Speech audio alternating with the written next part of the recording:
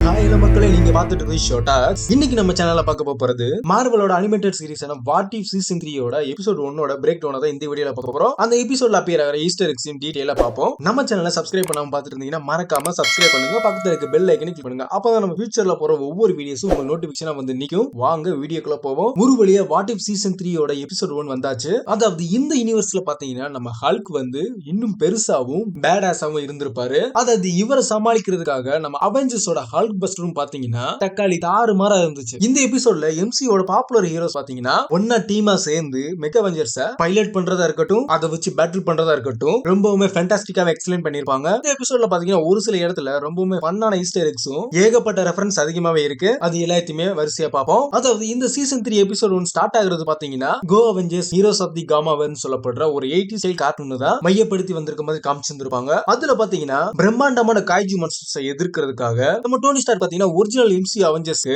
ஒருத்தருக்கும் ஒவ்வொரு விதமான மெகா ஆர்மர், அதாவது ஹல்க் பஸ்டர்ஸை யூஸ் பண்ணி ஹல்கால வெளிப்படுத்தப்பட்ட காய்ஜு மான்ஸ்டர்ஸோட பேட்டில் பண்றதுக்காக டிசைன் பண்ணி இருந்திருப்பாரு. அப்படியே நம்ம வாட்சர் வந்து பாத்தீங்கன்னா இந்த யூனிவர்ஸோட உண்மையான ஹிஸ்டரியை ஷோ பண்ண ஆரம்பிச்சிருப்பாரு. அதாவது காமா வார் ஆரம்பிக்கிறதுக்கு முன்னாடி நம்ம சாம் வில்சன் பாத்தீங்கன்னா நம்ம ஹல்கோட வெறியையும் அதிர்ச்சியையும் கட்டுப்படுத்துறதுக்காக நம்ம ப்ரூஸ் பேனருக்கு ஹெல்ப் பண்ண பார்த்திருப்பாரு. நம்ம பேனரும் பாத்தீங்கன்னா சாம் கிட்ட போய் கவுன்சிலிங் அட்டெண்ட் பண்ணிக்கிட்டே இருந்திருப்பாரு. ஆனா அது கை கொடுக்காதனால நம்ம பேனர் பாத்தீங்கன்னா அதிக அளவு காமா ரேடியேஷனை யூஸ் பண்ணி நம்ம ஹல்க வந்து எப்படியாவது வெளியேற்றணும்னு ஒரு முடிவோட இருந்திருப்பாரு. அதாவது காமா ரேடியேஷனால உருவானவன காமா ரேடியேஷனை வச்சு தீர்த்து கட்டலாம்னு முடிவு பண்ணி இருந்திருப்பாரு. ஆனா இது நம்ம ப்ரூஸ் பேனருக்கு பேக் ஃபயர் ஆகி ஏபெக்ஸ் ஹல்க்னு சொல்லப்படுற ஒரு பெரிய மான்ஸ்டர் பாத்தீங்கன்னா நம்ம ஹல்க் கிட்ட இருந்து செப்பரேட் ஆகுது. அந்த கைஜு மான்ஸ்டர் பாத்தீங்கன்னா பெரிய அளவுல வளர்ந்து தனக்கு தேவைப்படுற படையான கைஜு ஹல்க் மினியன்ஸை உருவாக்க ஆரம்பிக்குது. அந்த டைம்ல பாத்தீங்கன்னா ஒரிஜினல் அவெஞ்சர்ஸ் எல்லாருமே அவங்களோட ஸ்கில்ஸ் அண்ட் எபிலிட்டிஸை ரெஃப்ளெக்ட் பண்ற மாதிரி இருக்கிற மெகா ஆர்மர்ஸ் பைலட் பண்ணி அந்த மான்ஸ்டர்ஸோட ஃபைட் பண்ணி ஃபாலோ ஆயிருந்திருப்பாங்க. அவங்களோட சாக்ரிஃபைஸ் மூலமா புது டீம் ஃபார்ம் ஆகுறாங்க. அது யாரெல்லாம் பாத்தீங்கன்னா நம்ம captain அமெரிக்கான Sam Wilson, Bucky Barnes, Monica Rambeau, Moon Knight, Nakia, Shang Chi, அவங்களோட ரெட் கார்டியன், அவரோட மனைவியான மெலினா. இந்த புது டீம் பாத்தீங்கன்னா ஏபெக்ஸ் ஹல்க தோக்கடிச்சு விரட்டி இருப்பாங்க. அந்த ஏபெக்ஸ் ஹல்க் பாத்தீங்கன்னா சும்மா ஒண்ணு போல அதுல இருந்து ஒரு 10 வருஷம் கழிச்சு பாத்தீங்கன்னா அந்த ஏபெக்ஸ் ஹல்க் தன்னோட பவர்ஸ் அதிக அளவு இன்க்ரீஸ் பண்ணி இன்னும் பெரிய படையால அவங்க தாக்குறதுக்கு ரெடி ஆகுது. அந்த டைம்ல பாத்தீங்கன்னா நம்ம சாம் வில்சன் ஒரு தீவுல பல வருஷமா தனிமையில வாழ்ற ப்ரூஸ் பேனரை தேடி போய் ஹெல்ப் கேட்பாரு. அப்ப பாத்தீங்கன்னா நம்ம ப்ரூஸ் வந்து சாம் கிட்ட மைட்டி அவெஞ்சர் புரோட்டோகால் சொல்லி ஒரு ப்ரோக்ராம் கொடுக்குறாரு. இது வரைக்கும் இந்த ஸ்டோரியில பாத்தீங்கன்னா பசிபிக் ரிமோட இன்ஸ்பிரேஷன் இருந்திருக்கும். அதாவது மெகா ஆர்மர்ஸ் அண்ட் கைஜு மாதிரி. அதாவது அவர் கொடுத்த இந்த மைட்டி அவெஞ்சர் புரோட்டோகால் மூலமா பாத்தீங்கன்னா அவங்களோட மெக்காஸ் ஃபுல்லாமே ஒன்னா இணைஞ்சு மெகாவா ஃபார்ம் ஆகுறாங்க. அதாவது இந்த பிளானை எதை இன்ஸ்பயர் பண்ணி எடுத்துருப்பாங்கன்னா அதாவது வோல்ட்ரான் சொல்லப்படுற ஒரு சீரிஸையும் பவர் ரேஞ்சர்ஸோட சோர்ஸையும் பேஸ் பண்ணி தான் இந்த மைட்டி அவெஞ்சர் புரோட்டோகாலும் பாத்தீங்கன்னா அந்த ஏபெக்ஸ்களுக்கு தடுக்க முடியாம ஃபாலோ ஆயிருந்திருப்பாங்க. ஆனா அந்த டைம்ல பாத்தீங்கன்னா நம்ம பேனர் பிளைட்ல வந்து தன்னை ஒரு நியூக்ளியர் பாமா யூஸ் பண்ண பாக்குறாரு. அதாவது ஏற்கனவே இருக்கிற ஒரு நியூக்ளியர் பாம்ல தன்னோட காமா ரேடியேஷனை வெளிப்படுத்துறது மூலமா பாத்தீங்கன்னா நம்ம பேனர் வந்து காட்ஸிலா மாதிரியே இருக்கிற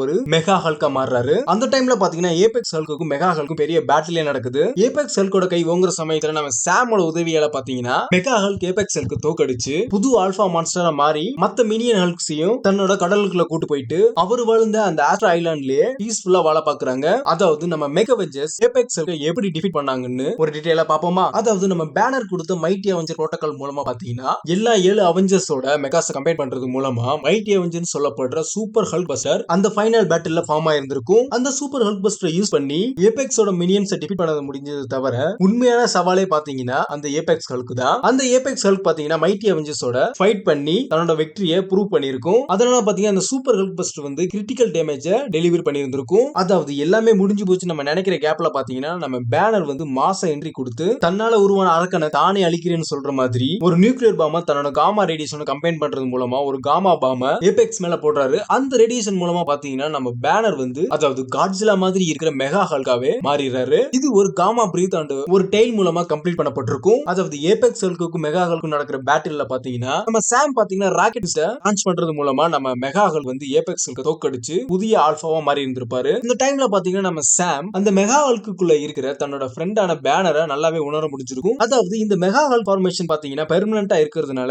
அவரால தன்னோட ஹியூமன் ஃபார்முக்கு ரிவர்ட்டே ஆக முடியாது. அதாவது புது அத்தாரிட்டி மூலமா ஏபெக்ஸை ரீப்ளேஸ் பண்ணதுனால நம்ம பேனருக்கு நம்ம சாம் தேங்க்ஸ் சொல்லி வந்திருப்பாரு. அதோட நம்ம மெகா ஹல்க் பாத்தீங்கன்னா ஹல்க் மினியன்ஸை தன்னோட கடலுக்குள்ள கூட்டு போயிட்டு பேனரோட ஐலாண்டுக்குமே ரிட்டர்ன் ஆயிருந்திருப்பாரு. அவங்க எல்லாருமே தன்னோட அமைதியான வாழ்க்கையை வாழ ஆரம்பிக்கிறாங்க. அதாவது இந்த வாட் இஃப் சீசன் 3 எபிசோட் 1ல பாத்தீங்கன்னா ஏகப்பட்ட ஈஸ்டர் எக்ஸும் எக்கச்சக்கமான ரெஃபரன்ஸும் அதிகமாவே இருக்கு. அது என்னன்னு டீடைலாவும் பாத்துருவோம். இது எல்லாத்தையுமே எங்க இருந்து இன்ஸ்பயர் பண்ணி எடுத்துப்பாங்கன்னு பாத்தீங்கன்னா பவர் ரேஞ்சர்ஸ், வோல்ட்ரான், பசிபிக் ரிம், அதோட காட்ஸிலா விட அதிகமாவே இந்த எம்சியோட எபிசோட்ல பார்க்க முடிஞ்சிருக்கும். அதுல நம்ம ஃபர்ஸ்ட் பார்க்க போறது பாத்தீங்கன்னா கோ அவெஞ்சர்ஸோட கார்ட்டூன் தான். இது பாத்தீங்கன்னா 80ஸ்ல ரிலீஸ் ஆன கார்ட்டூன் ஷோஸ இன்ஸ்பயர் பண்ணி தான் எடுத்து வந்திருப்பாங்க.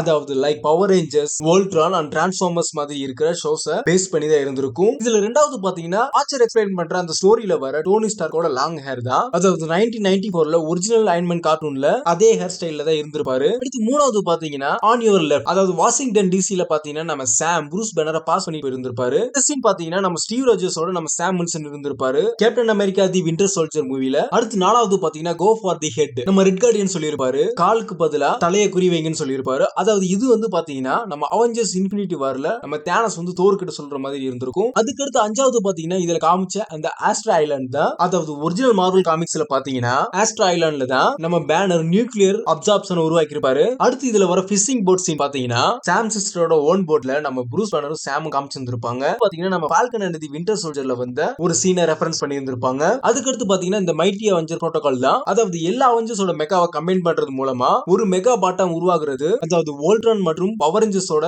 மெகாசூட்ஸ்ல இருந்து கிளியரா இன்ஸ்பயர் பண்ணி இருந்திருப்பாங்க. அதுக்கடுத்து இதுல கடைசி அப்பியரான இந்த மெகா ஹால், நம்ம எம்சியோட காட்ஸிலான்னு கூட சொல்லலாம். நம்ம மெகா ஹால்க் பாத்தீங்கன்னா ஃபேஸ் பாத்தீங்கன்னா காட்ஸிலா மாதிரி இருந்திருக்கும். நம்ம மெகா ஹால்க் ஏபெக்ஸ் மேல யூஸ் பண்ண பவர்ஃபுல்லான கிரீன் பிளாஸ்டும் பாத்தீங்கன்னா காட்ஸிலாவோட ப்ளூ அட்டாமிக் பிரெத் மாதிரியே தான் இருந்திருக்கும். அதாவது இந்த மெகா ஹால்க் பாத்தீங்கன்னா காட்ஸிலா மாதிரியே மான்ஸ்டரோட ஃபைட் பண்ணதுக்கு அப்புறம் கடலுக்குள்ள போற மாதிரியும் காமிச்சிருந்திருப்பாங்க. இந்த எபிசோட்ல முழுக்க முழுக்க பாத்தீங்கன்னா எம்சியோட மத்த மூவிஸை இன்ஸ்பயர் பண்ண ஒரு திருவிழா பார்த்திருக்கலாம். அதாவது இந்த எபிசோட்ல வர ஈஸ்டர் எக்ஸை நீங்களும் கண்டுபிடிச்சிருந்தீங்கன்னா மறக்காம கமெண்ட்ல சொல்லுங்க. இந்த வீடியோ உங்களுக்கு பிடிச்சிருந்தா லைக் பண்ணுங்க, ஷேர் பண்ணுங்க, கமெண்ட் பண்ணுங்க, பக்கத்துல இருக்க பெல் ஐக்கனை கிளிக் பண்ணுங்க. அப்பதான் நம்ம ஃபியூச்சர்ல போற ஒவ்வொரு வீடியோஸும் உங்களுக்கு நோட்டிபிகேஷனா வந்து நிக்கும். இதே மாதிரி அடுத்த ஒரு சூப்பரான வீடியோல உங்களை சந்திக்கிறேன். உங்களிடமிருந்து விடைபெறுவது ஷோடாக்ஸ் ஹோஸ்ட்.